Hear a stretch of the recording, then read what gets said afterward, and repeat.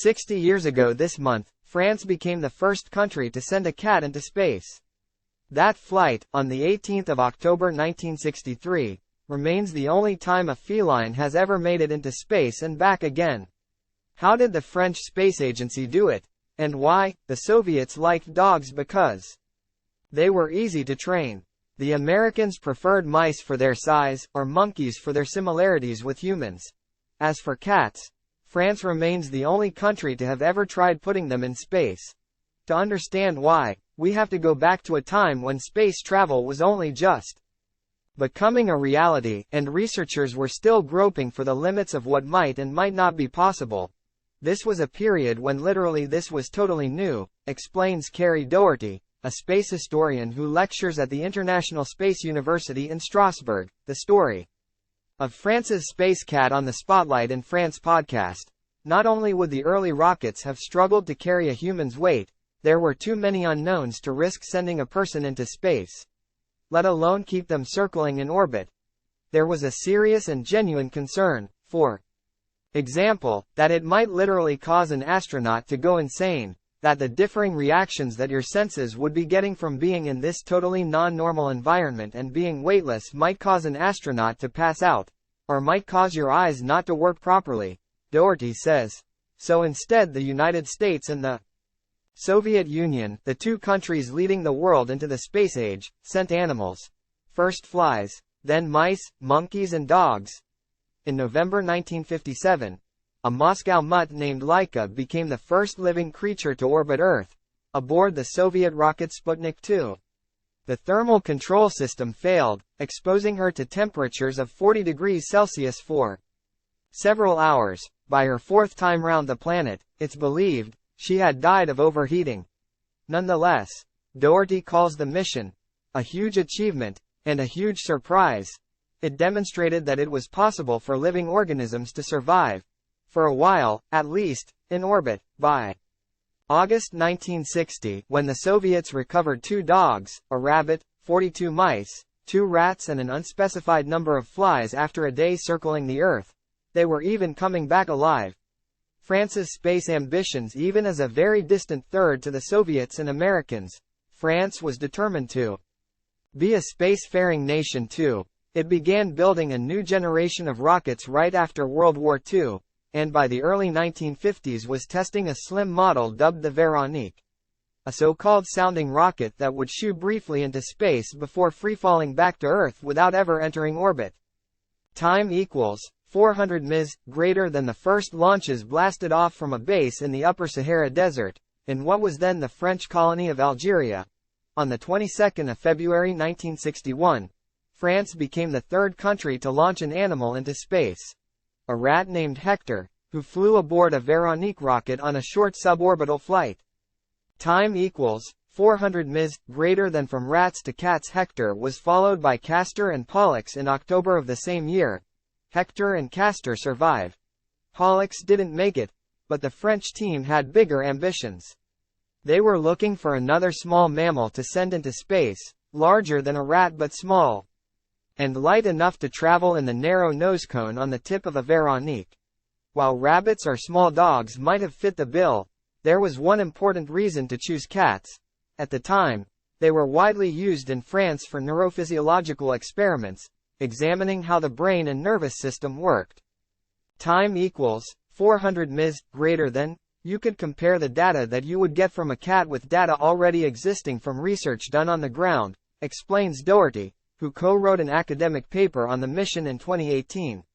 There may also have been a less scientific reason. She speculates, cats are pretty good at hiding in small places. The nose cone was certainly cramped. It had to fit a restraint for the animal, instruments to measure and transmit data about its physical state, a cartridge to absorb the carbon dioxide it breathed out, transponders, beacons and a parachute. Meanwhile the takeoff and re-entry would be loud and turbulent, yet you couldn't risk the test subject thrashing about and dislodging crucial equipment. That meant France would need to undertake something almost as ambitious as mastering spaceflight: training a cat. Feline flight school. Time equals 400 ms, greater than. In mid-1963 the French Aero Medical Research Center, CERMA, selected 14 cats for flight school, all females, purchased from a dealer and recommended for their calm temperament. They were trained for around 2 months, practicing sitting in a container for hours, being spun around in a centrifuge, and putting up with blaring engine noise. In early October, the cats who seemed to tolerate it best were taken to Algeria to prepare for launch.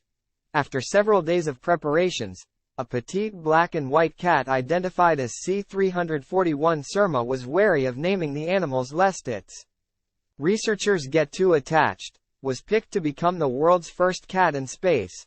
Click on the video below to watch 1963 news footage showing France's space cat mission. At around 8 a.m. on the 18th of October 1963, cat C341 took off in the tip of a Veronique. Time equals 400 ms, greater than electrodes surgically implanted on her skull measured her brain activity. Probes took her heart rate, a device attached to her leg sent a small electrical current to her muscles, to test her responses, and a microphone recorded the sounds she made.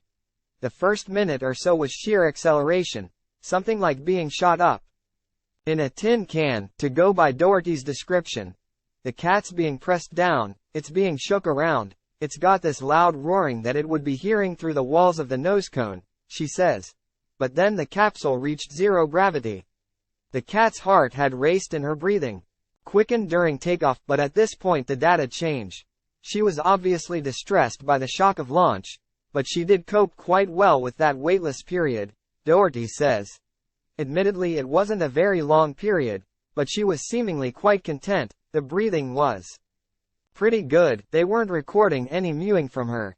I don't know that she would have been purring, but she doesn't seem to have been overly upset during the actual period of weightlessness. Arcing upwards to 157 kilometers above the Earth, the nose cone separated as planned from the rest of the rocket. Time equals 400 ms, greater than then it fell, faster and faster, pitching and rolling as it re-entered the Earth's atmosphere. This was the phase the cat disliked most, to judge by her thumping heart. The parachute opened and jerked the capsule to a slow downward drift. 10.5 minutes later, the cat was back on the ground, only a couple of kilometers from where she'd left it. Sacrificed to science, a helicopter swooped in to recover the nose cone and its passenger, who was shaken but alive. She's fine, she's doing perfectly well, she's eating well, I think she's quite all right, the director of Surma, Robert Grandpierre, told a television interviewer triumphantly. But France's space program wasn't done with her yet. The next 2 months were spent conducting tests. Had her brush with outer space affected her behavior, her muscles, her nervous system? Time equals 400 ms, greater than. Finally the researchers turned their attention to the cat's brain. At the time, there was only one way to examine it. They put her down so that they could look at the areas of the brain, especially around where the electrodes were, to see if they had caused any issues, says Dougherty. Time equals 400 ms, greater than. As it turned out, apparently there weren't any. So she probably could have gone on living happily for some time longer.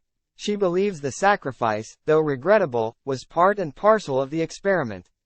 Unfortunately for her, they did put her down, and they probably didn't need to. But again, it's one of these things. At the time they didn't know that until they did it. A tiny part of space history, like Laika the dog and Ham the chimp, who the US had launched into space 2 years earlier. Cat 341 was briefly a space celebrity. Time equals 400 ms, greater than. When the media learned about the flight, they nicknamed her Felix, like the cartoon. Surma took up the name, though, since she was female, they made it Felicette. But the space race soon moved on. Soviet and American rockets were already powerful enough to carry a human into space, as they each briefly had in the spring of 1961.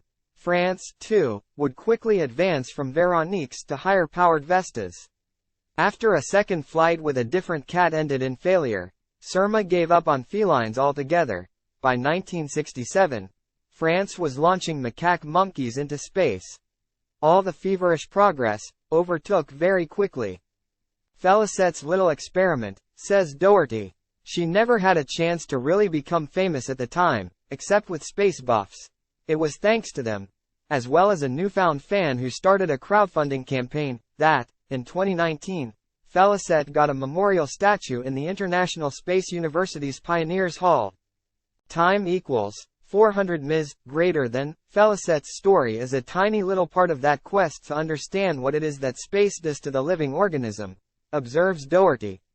The story's had a little bit of a revival, and I think now, coming up on that 60th anniversary, it is nice to give Felicette a little bit of the coverage that she didn't get back in the day. Her next pet kitty, she tells RFI, will be named Felicette. She's still the only cat that's been into space and survived.